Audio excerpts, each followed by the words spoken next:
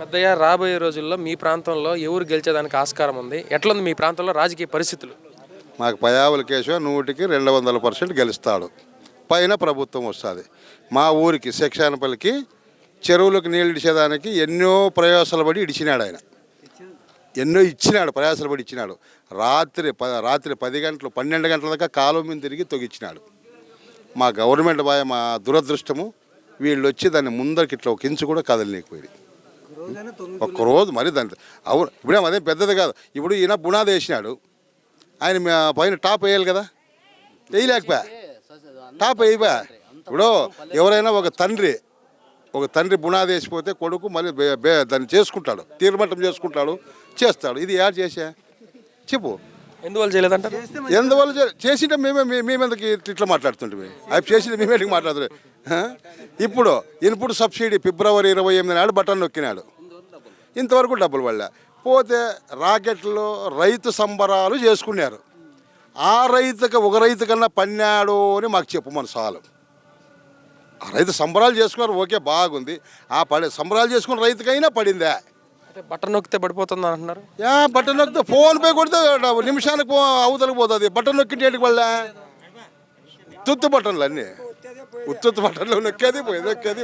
ఇప్పుడు మేమేమంటే రైతులు ఎవరిని మబ్బి పెట్టి రైతు సంబరాలు చేశారు, అది తప్పుది. రైతులు మబ్బి పెట్టి రాకెట్లో రైతు సంబరాలు చేశారు, అది తప్పు. ఏదో ఆ సంబరాలు చేసుకున్న రైతు ఒక్క రైతైనా నాకు పడిందని రేపు చెప్పమని నాకు చాలు. మీకు సంబంధించి సబ్సిడీ ఏం రాలేదా? ఏది లేదు. 5 ఏళ్ళ నుంచి ఒక్క పైసా కూడా రాలేదు. అక్కడ రైతు భరోసా 2000 వస్తుంది. ఆ 2000 ఆటికే మేము ఇచ్చాడు. అది కేంద్రం ఇస్తుంటే ఈ అప్ప పేరు చెప్పుకుంటాడు, కేంద్రం ఇస్తుంటే ఈ పేరు చెప్పుకుంటాడు.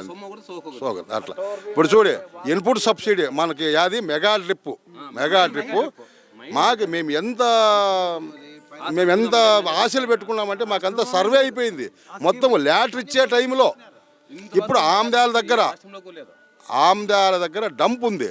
దాదాపు మనకు తెలియదు, అది కోట్ల సరుకు ఉంటుంది. మరి ఎందుకు మరి రైతుకి నువ్వు రైతు మీద ఉండేవాడైతే ఎందుకు ఇవ్వలేదని? వాళ్ళకి మంచి పేరు వస్తుంది. నేను చేస్తే వాళ్ళు చేసింది మేము ఎందుకు చేయాలంటే అది ఎట్లది? చేసింటే ఎవరైతేనేమ్మకి అట్లా. మా ఊరికి మెయిన్ పాయింట్ చెరువులకు నీళ్ళైతే సస్యశ్యామలంగా ఉంటాము. అదే విశ్వేశ్వర రెడ్డి గారు ఉరవకొండ మీటింగ్లో మా ఉరవకొండ రైతులు సస్యశ్యామలంగా ఉండాలని చెప్పినారు. ఏ రైతు సస్యశ్యామలంగా ఉన్నాడు చెప్పండి? ఏం రాగిడి పండిందా, ఎర్నాలు పండిందా, ఏం పండింది? బోర్ ఏముండదు చెప్పండి.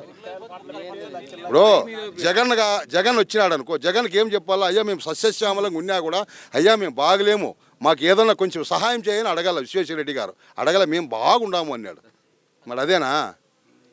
అయితే రాబోయే రోజుల్లో మొత్తానికి ఎవరు గెలుస్తారంటారు? మేము చంద్రబాబు నాయుడు ముఖ్యమంత్రి అవుతాడు, పయావుల కేశవ ఈడు గెలుస్తాడు, అంతే మాది. ఓకే. నమస్తే అన్న. నమస్తే సార్. ఎట్లున్నాయి మీ ప్రాంతంలో సమస్యలు? మా ప్రాంతంలో సమస్యలు అయితే చాలా ఇబ్బందిగా ఉన్నాయి. ఏమి చేయడం లేదు వైఎస్ఆర్ గవర్నమెంట్లో. 5 సంవత్సరాల నుంచి డ్రిప్ లేదు, స్ప్రింక్లర్లు లేదు, సబ్సిడీ ఏం వర్తించలేదు. చాలా ఇబ్బందిగా ఉన్నాము. గతంలో ఇచ్చినారా డ్రిప్ ఇరిగేషన్కి సామాన్లు? గతంలో అయితే ఇచ్చినారు, ఇంతకు ముందు గవర్నమెంట్లో డ్రిప్ సబ్సిడీ ఇచ్చినారు, ట్రాక్టర్లు ఇచ్చినారు, జేసీబీలు ఇచ్చినారు సబ్సిడీకి. ఇప్పుడైతే ఏమీ ఇలా. ఈ రైతులకు సంబంధించి విత్తనాలకు సబ్సిడీలు లేదా సోలార్ సిస్టమ్ అయితే ఎవరు పెట్టుకోలేదు పల్లెల్లో. మామూలుగా విత్తనాలు అయితే ఇచ్చినారు, కొంతమందికి తీసుకొచ్చుకున్నారు, అవసరం ఉన్న వాళ్ళు తీసుకొచ్చుకున్నారు. ఇది మెగా డ్రిప్ ప్లాంట్కి సంబంధించి ఏమైనా వచ్చిందా? మెగా డ్రిప్కి ఏంది ఇలా, డ్రిప్ అయితే ఏంది లేదు, సబ్సిడీ ఏంది ఇలా. గతంలో వచ్చింది కదా, గతంలో టీడీపీ గవర్నమెంట్ ఉన్నప్పుడు ఇచ్చినారు సబ్సిడీ. 90% ఇచ్చినారు, 70% ఇచ్చినారు, అంతా బాగా చేసినారు. ఇప్పుడైతే చేయలే. ఈ సంక్షేమ పథకాలు ఏవైతే ఉన్నాయో వాటి మీద మీ అభిప్రాయం ఏంటి? సంక్షేమ పథకాలు అంటే స్కూల్ పిల్లలకు వచ్చేసి అమ్మఒడి ఇచ్చినారు. కొంతమందికి 2 ఉంటే 3 ఉంటే ఇద్దరికి ఇచ్చినారు, ఒకరికైతే ఇవ్వలేదు, ఒకరిద్దరికి ఇచ్చినారు అంతే. అంటే కొంతమందికి అరాకొరగా అందుతున్నాయి అంటారు, కొంతమందికి అందట్లేదు. కొంతమందికి అందలేదు.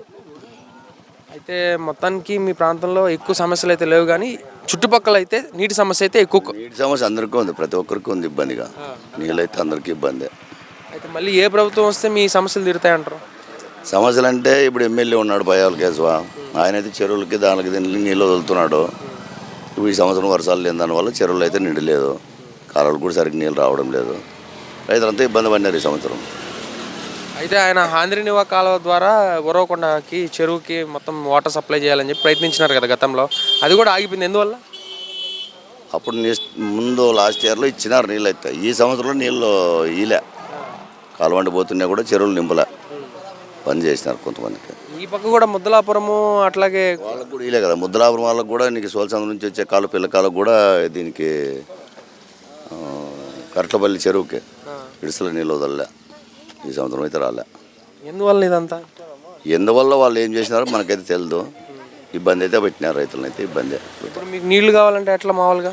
నీళ్ళు కావాలంటే డ్యాములు నిండాలా, డ్యాములు నిండితే చెరువులకు నీళ్ళు వస్తాయి. డ్యాములకి నీళ్ళు రాకపోతే చెరువులకి నీళ్ళు రావాలంటే కొంత ఇబ్బంది కదా. ఈ లోపల అవసరాలకి, నిత్యావసరాలకి ఇంకా బోర్ కాడికి వెళ్ళాలన్నా? నీళ్ళు తాగడానికి అయితే బోర్ల కాడికి వెళ్ళాల్సిందే. బోర్ల కాడికి వెళ్ళి బోర్ల కాడ పట్టుకొచ్చుకుంటారు. పంచాయతీ వాటర్ ఉంది, వస్తుంటాయి, కొండ మీద నీళ్ళు ఉన్నాయి, అవి వస్తుంటాయి. మా పల్లెలకి అయితే పైపులు గీపులు ఏదైనా ఇబ్బంది పడినప్పుడు రోజు 2 రోజులు రావు. అయితే కొద్ది గొప్ప పైవలకేశ్వర చేసినారంటారు మొత్తానికి. చేసినారు, చెరువులకు నీళ్ళు నింపినాడు. డ్రిప్ కూడా బంద్ చేసినారు కదా, గవర్నమెంట్ మారితేనే డ్రిప్ చేయాలని అని చెప్పి కొన్ని మండలాలకు అందరికీ, కూడేరు మండలము, ఉరుకొండ మండలము, ఆంధ్యాల ఇట్లా డ్రిప్ చేయాలని అంత పైప్ లైన్లు చేసిండ్రు. గవర్నమెంట్ మారితేనే వాళ్ళు బంద్ అయినారు అంతే. ఇప్పుడు ఒకే కుటుంబం నుంచి ఇద్దరు అయితే పోటీ చేస్తున్నారు ఈసారి, ఒకే కుటుంబం నుంచి అన్నదమ్ములు. వాళ్ళు చేస్తున్నారు కాబట్టి ఈ రాజకీయ పరిణామాలు ఏ విధంగా ఉండబోతున్నాయి? అందులో కూటమి అభ్యర్థి పైవల కేశవ కూడా పోటీ చేస్తున్నారు సపరేట్గా. సో ఇటు చూస్తే ఇద్దరు ఒకే కుటుంబం నుంచి, అటు చూస్తే ఒక అతనే కూటమి తరపు నుంచి. సో ఏ విధంగా ఉండబోతున్నాయి ఈ రాజకీయ పరిణామం? ఏ విధంగా అంటే విశ్వేశ్వరరెడ్డి వాళ్ళు ఇద్దరు ఉన్నారు కాబట్టి, అన్నదమ్ముడు ఇద్దరు, వాళ్ళకిన్ని వీళ్ళకిన్ని ఇబ్బంది. కేశవ అయితే ఓడే ఉన్నాడు కాబట్టి ఆయన కొంత మెజారిటీ రావచ్చు. ఇప్పుడు వాళ్ళిద్దరు ఒకే కుటుంబంలో విడిపోయి పోటీ చేస్తున్నారు కాబట్టి అది ఈయనకి ప్లస్ అంటారా మైనస్ అంటారా పైవల కేశవ? ప్లస్ అవుతుంది, మైనస్ ఎట్లా అవుతుంది? ప్లస్ అవుతుంది. ఎన్ని ఓట్లు వచ్చేదానికి ఛాన్స్ ఉంటుంది? మెజారిటీనా దాదాపు 20,000 పైన రావచ్చు అని మా అంచనా.